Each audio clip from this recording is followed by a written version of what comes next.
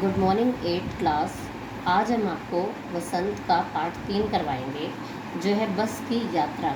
बच्चों, ये हरिशंकर परसाई द्वारा लिखा हुआ एक लेख है। इस यात्रा में 5 मित्रों ने बस में यात्रा करने की सोची। अब बस में यात्रा करना तो आम बात होती है, लेकिन ये बस कैसी थी? बिल्कुल टूटी फूटी सी बस, बिल्कुल खंजर जो बस हो चुकी होती है, ऐसी बस में, और वो भी दूर का सफ़र करना हो, तो आप लोग कल्पना कर सकते हैं कि उन बच्चों पर क्या बीत रही होगी। उन 5 मित्रों का ये उन्होंने वर्णन जो किया है, बहुत ही हंसी मजाकिया पाठ है ये। अब ध्यान से पढ़िए। हम 5 मित्रों ने तय किया कि शाम 4 बजे की बस से चलें। पन्ना से सी कंपनी की बस सतना के लिए घंटे भर बाद मिलती है, जो जबलपुर की ट्रेन मिला देती है। ये 5 मित्रों ने सोचा था कि हम शाम 4 बजे की बस से चलेंगे, तो क्योंकि पहले जो बस होती थी, उनके टाइम फिक्स होते थे कि ये इतने बजे मिलनी है, तो उसी टाइम ही मिलेगी। तो चल पड़े। वो जो जबलपुर की ट्रेन मिला देते हैं, सुबह घर पहुंच जाएंगे। हम में से 2 को सुबह काम पर हाजिर होना था, इसलिए वापसी का यही रास्ता अपनाना जरूरी था। लोगों ने सलाह दी कि समझदार आदमी इस शाम वाली बस से सफ़र नहीं करते। क्या रास्ते में डाकू मिलते हैं? अब इन 4-5 जो दोस्त थे, उनके मन में बोला कि सब कह रहे हैं कि शाम वाली बस से सफ़र नहीं करना, तो उन्हें क्या रास्ते में डाकू मिलते हैं? उन्होंने कहा नहीं, बस ही डाकिन है। बस को देखा तो श्रद्धा उमड़ पड़ी। खूब वयोवृद्ध थी। वयोवृद्ध मतलब बहुत, जैसे बूढ़ी पुरानी बस थी, सदियों के अनुभव के निशान लिए हुए। जैसे बूढ़ी औरत के माथे पर सिलवटे निशान वगैरह होते हैं, तो ऐसे बस भी जगह जगह पर टूटी हुई एक्सीडेंट आदि के जो निशान थे उस पर बने हुए थे। इसीलिए हमसे सफ़र करना नहीं चाहते थे। वृद्धावस्था में इसे कष्ट होगा। यह बस तो पूजा के योग्य थी, उस पर सवार कैसे हुआ जा सकता है?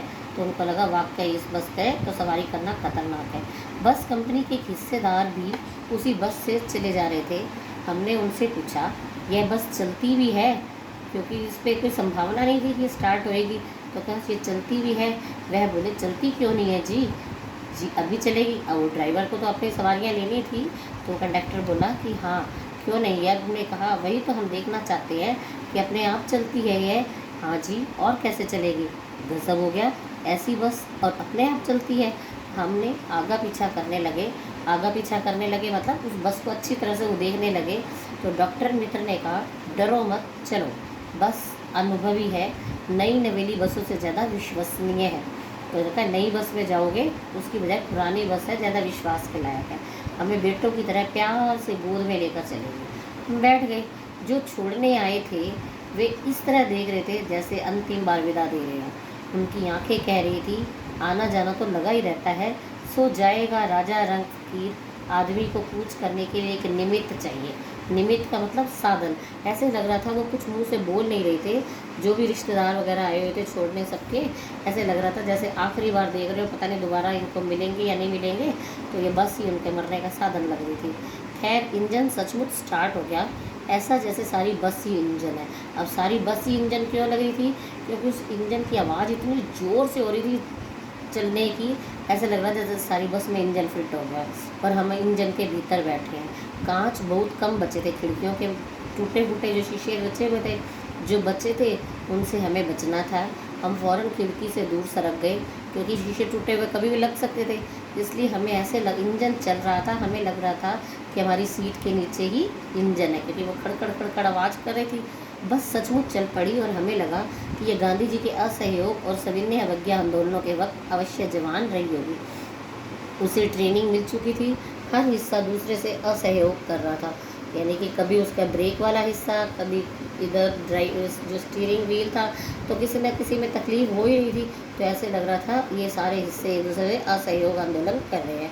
बस बस सविनय अवज्ञा आंदोलन के दौर से गुजर रही थी। सीट का बॉडी से असहयोग चल रहा था। कभी लगता सीट बॉडी को छोड़कर आगे निकल गई है, क्योंकि सीटें भी उखड़ी हुई थी। कभी सीट को छोड़कर बॉडी आगे भागी जा रही है। 8-10 मील चलने पर सारे भेदभाव मिट गए। यह समझ में नहीं आता था कि सीट पर हम बैठे हैं या सीट हम पर बैठी है।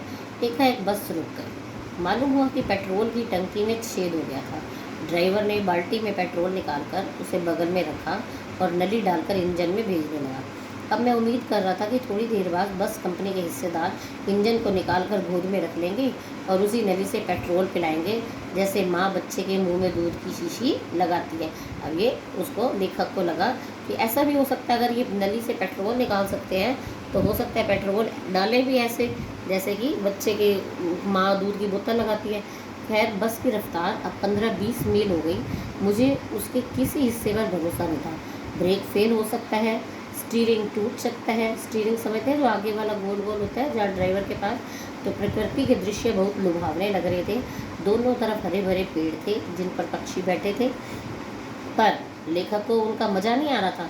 तो लेखक हर पेड़ को अपना दुश्मन समझता था, क्योंकि उसको लग रहा था बस के ब्रेक तो है नहीं।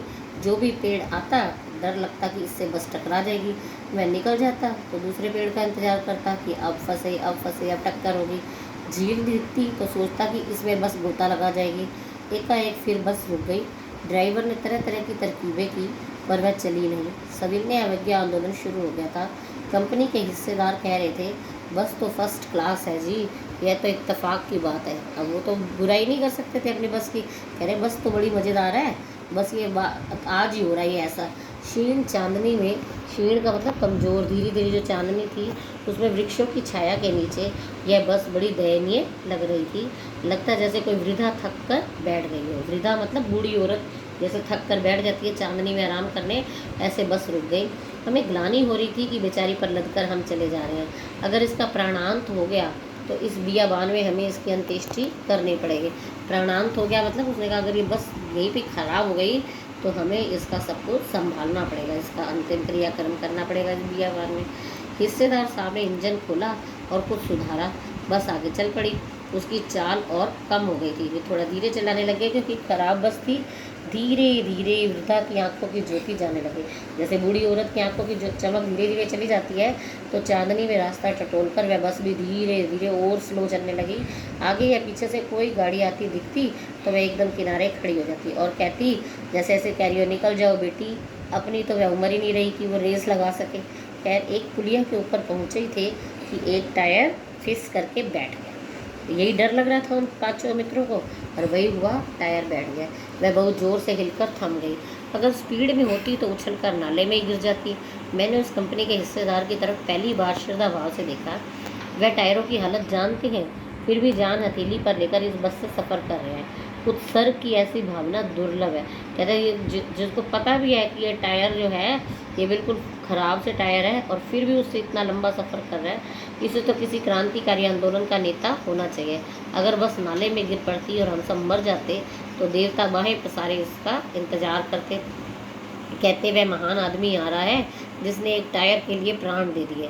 मर गया पर टायर नहीं बदला। मतलब उसकी जो है कंडक्टर की कंजूसी के ऊपर ये व्यंग किया गया है कि वो इतना कंजूस था कि उसको पता था कि जो टायर है ये ख़राब है, लेकिन उसने एक ही उसी पुराने टायर से काम चला रहा है, उसका टायर नहीं बदला।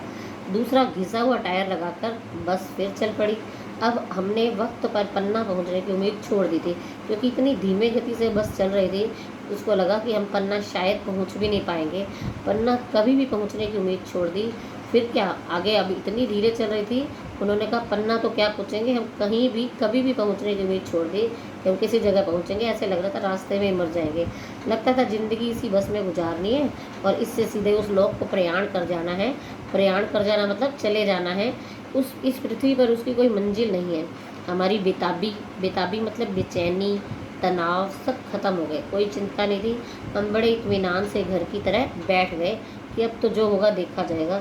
चिंता भी जाती रही, हंसी मजाक चालू हो गया। तो ये लेख था बस की यात्रा।